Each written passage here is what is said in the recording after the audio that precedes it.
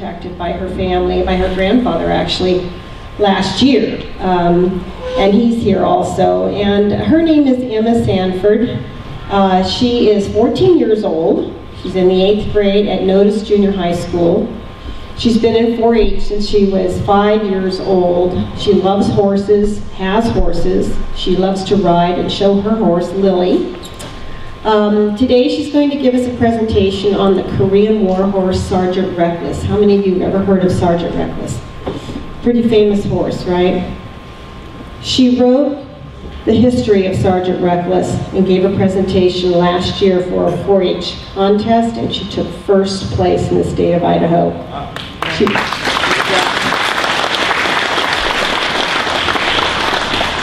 There was also a ceremony at Fort Ord, this year, and where a beautiful statue of Sergeant Recoilless was unveiled, and Emma was invited to come there and be honored for her presentation and her preservation of Sergeant Recoilless's history. So she's going to tell us how that all happened and what she did, and then we are extremely honored to have a man here who Emma has been, she's been emailing with for quite some time. Come on up, Emma. Isn't she beautiful? She's a little nervous, but don't be. I told her, I said, don't be nervous, just look out there and go, oh, they're all my grandfather or grandmother. And we all instantly feel relaxed, right, when we're around our grandparents. So she's been emailing for how many years? This past year. Just the past year with a man named Harold Wadley. Harold was, and you're going to meet him because he's here too. He was born in 1934 and raised on a cattle and horse and mule ranch in Oklahoma. He has his wife Gwen here of 62 years. They have a daughter and 3 sons. He left high school in the 11th grade to enlist in the United States Marine Corps when the Korean War started. He fought with the 5th Marine Regiment, 1st Marine Division. He was honorably discharged. He entered college and earned a degree in forestry, and then he became an international forestry consultant in Japan and China and Laos. He worked on ranch and forestry projects until 1967, and then he received a special waiver from Commandant of Marine Corps for assignment back to 5th Marines in Vietnam. He was wounded and medically retired in 1968, and he returned to ranching, forestry, and training horses. And he has a special story to tell you about his personal experience with Sergeant Recoilless. So I'm going to right now turn this over to this wonderful young lady, and she's going to tell you how she won that first place award and what this horse means to her. Let's welcome Emma.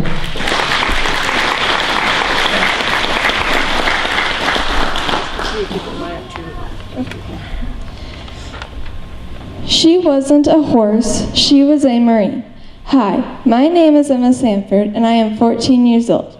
Today, I am going to tell you about a truly amazing war horse in one of her many heroic battles, her homecoming and awards. Early years. The Korean War began June 25, 1950, when North Korea invaded South Korea. The Marines in the 5th Marine Regiment, 1st Marine Division, were struggling to transport the ammunition they needed on the rough terrain. They needed something to carry a weapon called the Recoilless or Reckless rifle that was very heavy. Lieutenant Peterson thought a horse or donkey could help them. The Marines purchased a small Mongolian-bred racehorse, Flame of the Morning, from a racetrack in Seoul, Korea.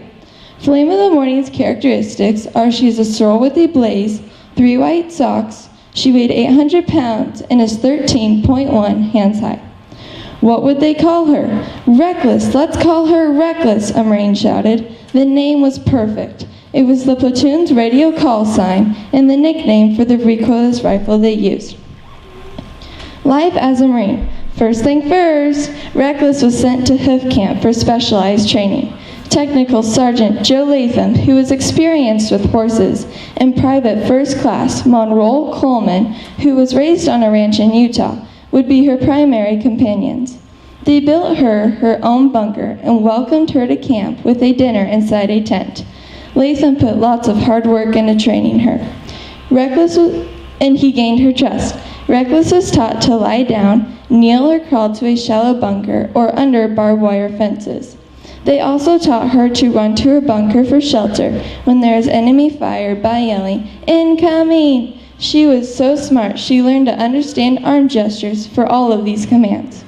After one long day of training, Latham poured a Coca-Cola into his helmet and she drank it up. This is a picture of Latham teaching Recoilless to go into her trailer and Latham teaching Recoilless to kneel down. Life in the camp.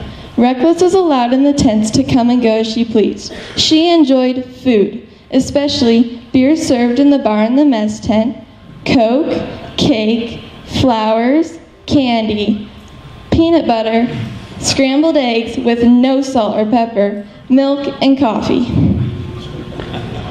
Battle of Outpost Vegas, March 26 through 28, 1953. This battle is one of the fiercest battles in the history of our United States Marines. A triangle perimeter called the Nevada was established to hold off the Chinese communists from overtaking the South Korean capital of Seoul. The night of March 26 seemed normal until the Chinese communists launched a huge attack on our 3 Marine outposts. Our Marines were extremely outnumbered. Sergeant Coleman went to get Recoilless from her pasture. She knew it was time to work. This is a picture of Recoilless and the Recoilless rifle. Latham packed 192 pounds worth of ammo she would be carrying up and down the steep terrain. This is a picture of the Marines showing Recoilless the Recoilless rifle ammunition. Recoilless trotted ahead of the Marines to the firing sites. She had a 45-degree incline and a treacherous, twisty trail. Here come the roar of thunder. The battle had begun. Recoilless began covering round trips to deliver ammunition. One platoon of 42 Marines had only 9 left, but they were all pushing their way toward Vegas. Recoilless would stand with them, and they would use the ammunition right off of her back. Whenever enemy mortars came close to the team, the Marines would take off their flak jackets and cover her with them. Recoilless never wavered in her ammo deliveries. Recoilless also carried wounded Marines through enemy fire to safety. They would reload her with ammo and she would head back into the battle. In the heat of the battle, Captain Melvin said the enemy literally rained on the troops. It was so intense at times that you couldn't move forward or backwards, and the noise was deafening. Incoming enemy fire came through the air at 500 rounds a minute, or 8 rounds a second. Recoilless was tired, but never complained. The Marines said their morale was lifted every time they saw her white face coming towards them. Here's a picture of the Recoilless rifle ammunition shells that they used in the days of battle.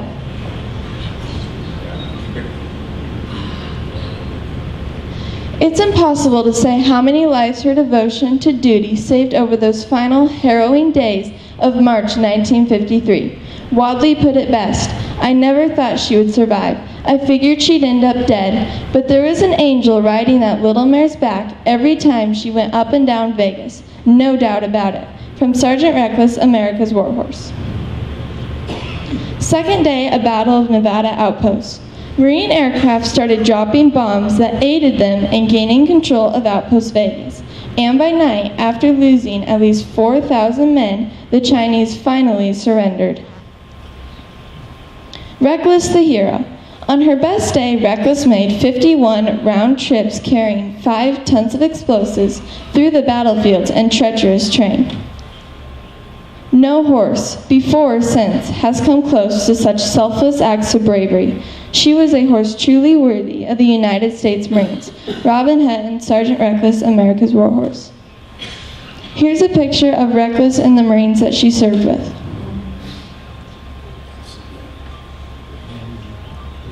I was raised on horseback, working cattle and horses on a ranch in Oklahoma, and know the best of our horses could not or would not attempt to do what this little mare was doing, and by herself. I thought surely there was a Marine leading her, but in the flare light, all I could see was her alone. She struggled along with her head and neck stretched out to balance her 75mm rounds like she knew where she was going. Indeed, she knew, explained Wadley. Awards. Reckless was awarded 2 Purple Hearts, a Marine Corps Good Conduct Medal, a Presidential Unit Citation with Bronze Star, a National Defense Service Medal, a Korean Service Medal, United Nations Korea Medal, Navy Unit Commendation, and Republic of Korea Presidential Unit Citation. In 1997, Reckless was listed by Life magazine as one of America's 100 all-time heroes. Here's a picture of the Marines pinning Reckless's award on her blankets. Homecoming. Sergeant Pendleton led her on to American soil. She lived out a great retirement at Camp Pendleton, where a statue of her stands today. At the age of 20, Reckless developed arthritis and laminitis in her hind legs. They kept her on Butte until she got caught in a horrible accident and rolled into a barbed wire fence. Her injuries were so severe that during surgery, they made the decision to put her down. This summer, during our family vacation, I got a really good opportunity to go and see Reckless's memorial at Camp Pendleton. Today I talked to you about a true American hero whose story had been lost with time. I told you about her courage and strength during the most difficult battle our Marines have ever been in. And remember, she wasn't a horse, she was a Marine. I got my information from sergeantreckless.com, koreanwar2.org, and wikipedia.org. This is a picture of the Marines that came to see Sergeant Reckless's statue unveiling. I would also like to say a special thank you to Robin Hutton, author of Sergeant Reckless, for letting me use photos and quotes from her book. I highly recommend reading this book because it has many more interesting stories about Reckless. This last October, I got the once-in-a-lifetime opportunity to go and see the Sergeant Reckless statue unveiling at Camp Pendleton. This is a picture of me and some of the pictures that they had of Reckless inside the building. And this is a picture of the color guard. This is them starting to unveil the statue.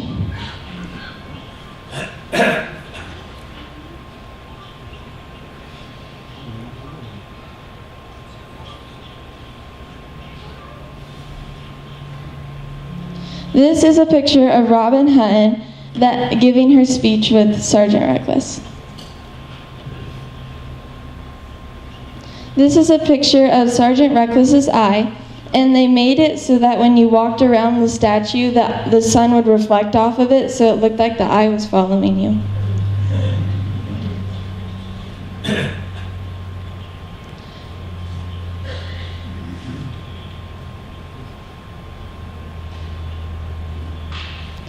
This is a picture of the color guard removing the flags.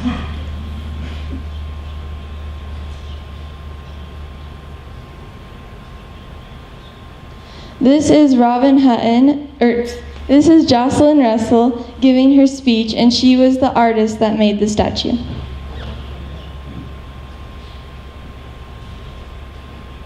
This is Sergeant Wadley giving his speech.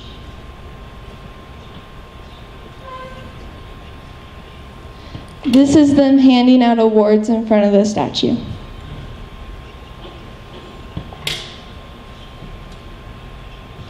Robin Hutton and Sergeant Reckless went up and got to see the color guard in front of the statue. This is me and my dad standing in front of the statue. This is me and my grandpa standing in front of the statue.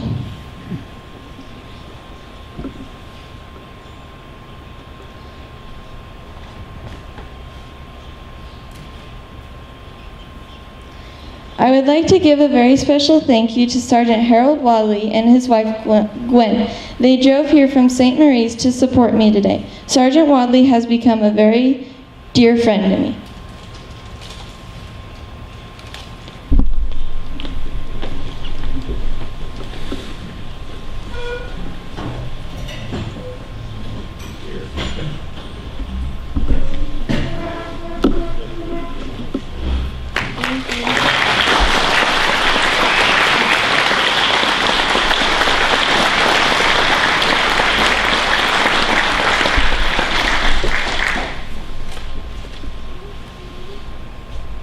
This is me and Robin Hutton and Jocelyn Russell.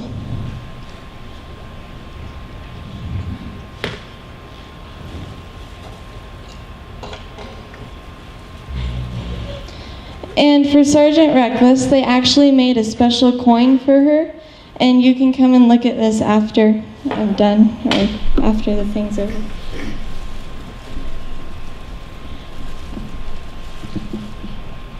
And after the statue ceremony was done, a Marine came up and gave me a Marine Corps coin, and you can come look at that too. I hope you enjoy my presentation. Are there any questions?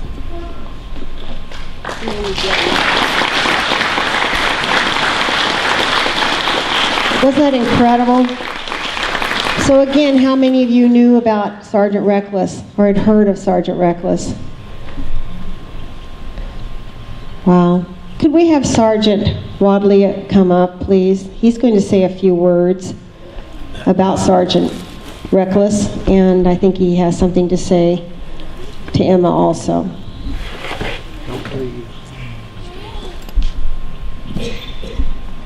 This young lady is what a future of America really is. And the 4-H program that we have in Idaho and throughout the nation is just such a great value when we have kids that can get involved with horses or with rabbits, with whatever. They do it all in 4-H. And Emma is the epitome of that. And we got to be proud of her. She's our future America. And you can't get any better than Emma Sandford.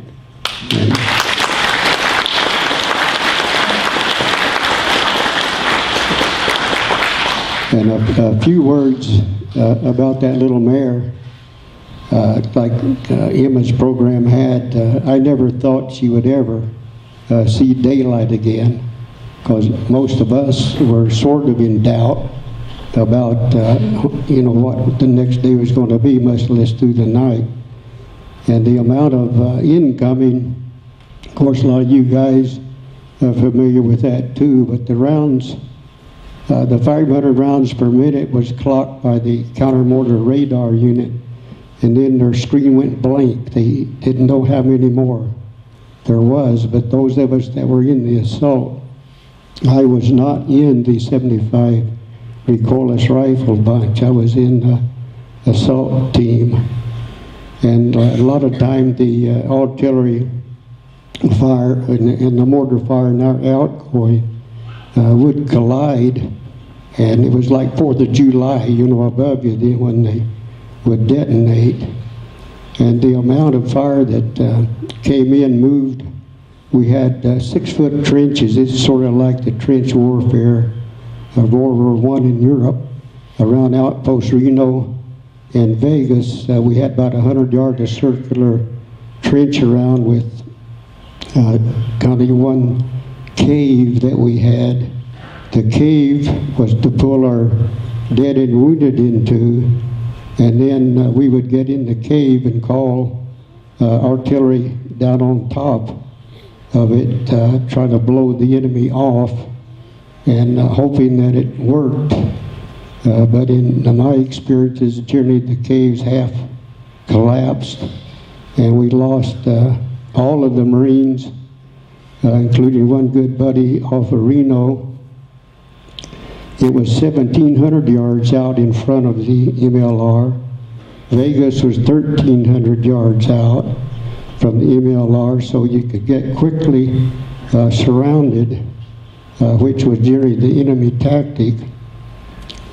And on Reno, one of the men captured, Corporal Jimmy Lacey from Wisconsin, was drug out. He heard the digging above on the cave, and some Chinese officer, because he knew he was an officer, from the pistol in the flare light, he stuck the pistol into the top of the cave and emptied his magazine, and it didn't hit Lacey, but it got Doc and some of the others, and a hand reached down then later, and he thought it was us rescuing them or retaking the hill, And so he reached up and grabbed the hand and got yanked up through the hole and looked right into the face of the Chinese soldier. And I talked to him later. He made it through a prison camp and was one of the first to walk across the Freedom Bridge when they made that prisoner exchange. And Lacey said that's about the worst night ever.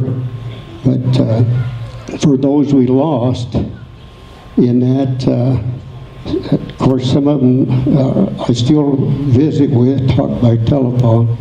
And one of them, Alan Kelly, said, be sure and tell that little, the word I'd use, but that hotshot girl from Notice, Idaho, that give her his best. He couldn't be here today due to health. And so in honor of those 5th Marines that we lost, and for the good work that Emma has done in this, they said that we have a presentation to give her.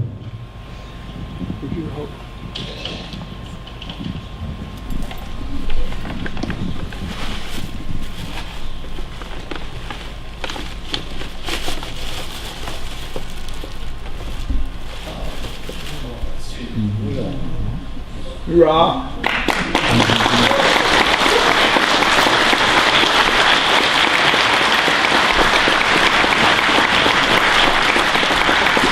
This miniature statue deal is what Bear Horse Company does for great horses from Man of War to Secretariat and good quarter horses and the rest. And they decided that that little mare in Korea that made 51 trips in those 2 days, and that amounted to 35 miles.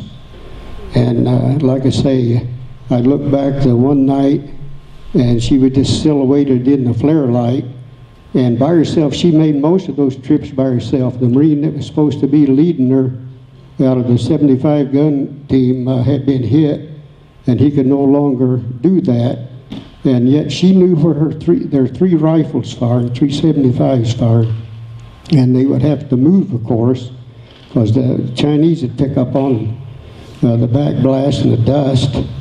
And she knew where those guys were, and she got to them by herself. And so this little statue here, Emma really, really deserves it, and we thank her.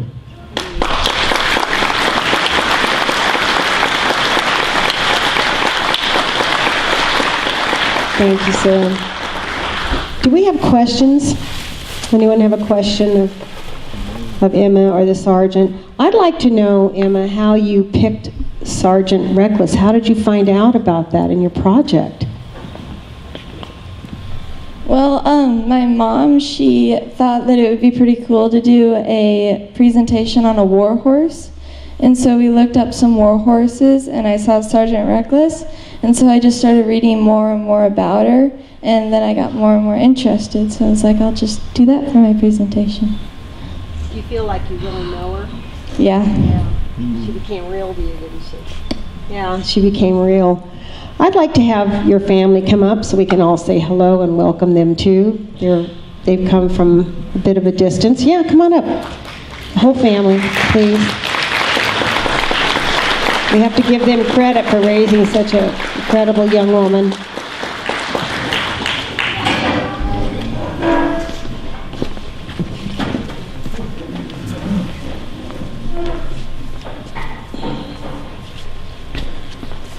Come on.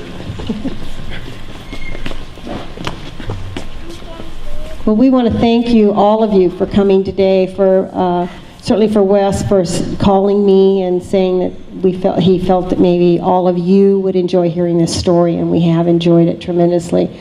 So thank you for raising such a beautiful girl, and I'd like to give Emma our coin, the Warhawk Young Museum coin, as a thank you for being here. You're welcome, and also to you, sir, for your service to our country and for being here too. Thank you.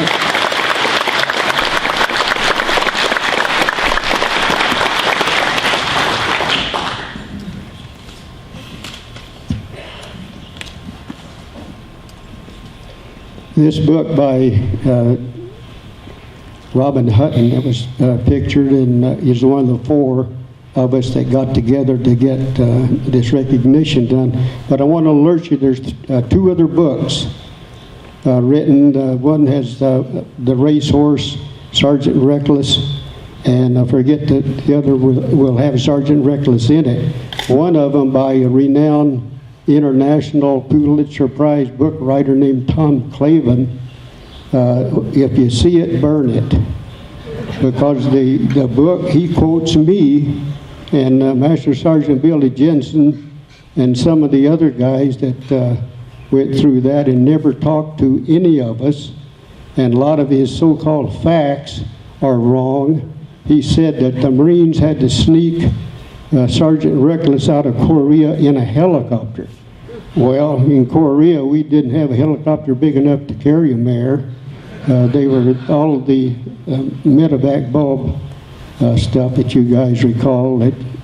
So this is the book. It seems like somebody tries to ride on the coattails of those who really did the work. And so Tom Clavin, and it was published by Random House, and I phoned and challenged their editor and told him what I thought he could do with the book.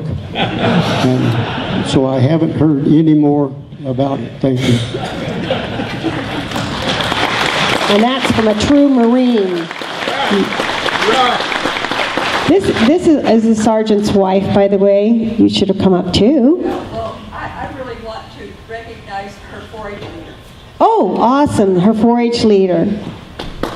Come on up. Oh, that's great. You must be very proud of her for this. I am. Yeah. She's family too. She's family too. Well, thank you for your tremendous influence also. I think we're all going to watch Emma go somewhere in life, right? Let's keep our eye on her, right? Okay. Well, thank you again, and you enjoy the rest of the morning, and thank you so much for being here, everybody, and have a great spring, and we'll see you next month, okay? We have a great speaker for next month, too, so keep your eye open. Thank you.